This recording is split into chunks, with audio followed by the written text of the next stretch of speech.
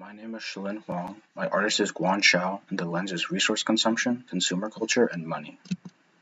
About the artist.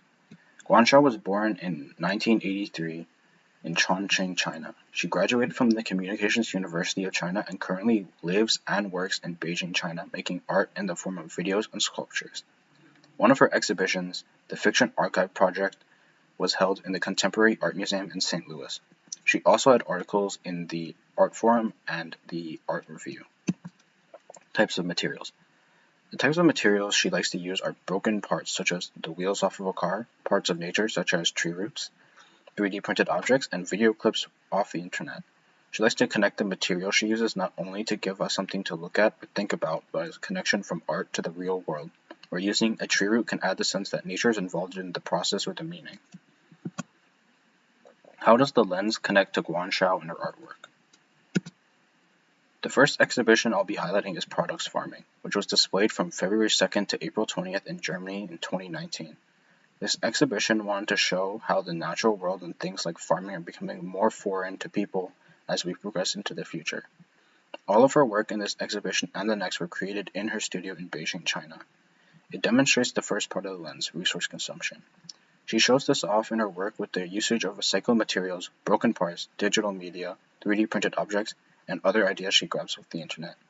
Going through this exhibition, you can see that there are tree roots, ropes, telephone cable, parasol, top halves of sneakers, among other things, but you won't find anything that's expensive or new.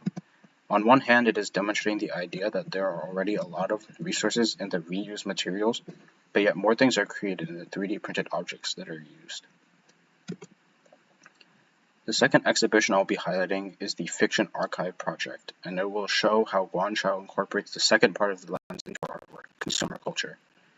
It was held from January 18th to April 21st in 2019 in St. Louis.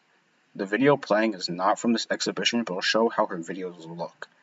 Alongside social, she makes these kinds of videos. These videos incorporate consumer culture. Her videos consist of 3 screens that play different clips from videos online, from YouTube to advertisements to anything else.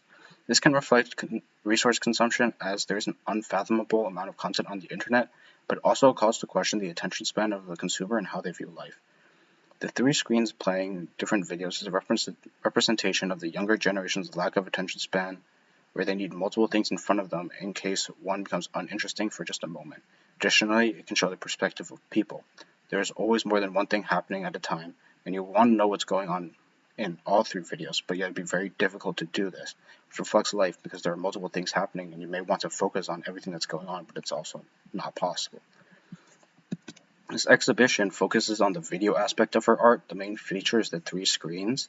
The idea that was to be portrayed by the video was the effect of the internet on our daily lives, and although we can't view this video, you can imagine what it looks like based on the lens and the other video.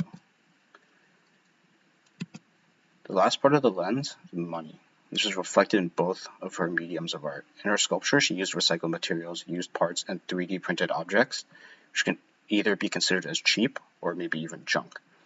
In her videos, she uses other people's clips, which does not cost any money at all. This in itself questions what exactly makes art valuable. Why are people willing to pay so much for art when in her piece, there's nothing inherently valuable about it? There's nothing in it by itself that most people would really want, but when it's put together, it has value, and people want to see it.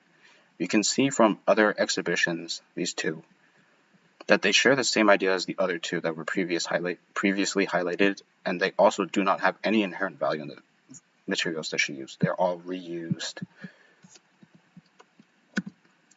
After thoroughly going through the lens behind her art, why did I choose Guan Xiao as my artist? I chose her because the lens in which her art wants to be seen through is very current. The idea of creating extra things when there's already plenty, the effect of the internet on consumer culture, and the value of an idea is an issue that is applicable to most anyone, and especially people of my generation. Kind of silly example of this problem is adding a game under already very short content due to the dwindling attention span, which can be seen almost everywhere without really needing to look too far. This is an issue that is addressed by many sources, including the American Psychology Association. Her art, in a way, tackles this phenomenon that I see almost daily, which drove me to pick her. Question 1.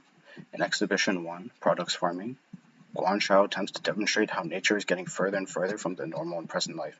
Why do you think nature is a more foreign concept in the present day? And if you don't, why do you think she believes this to be the case? Question 2. Do you think that the 3-screen videos are an effective way to deliver a message, or would one screen or even a painting be a better way to show this?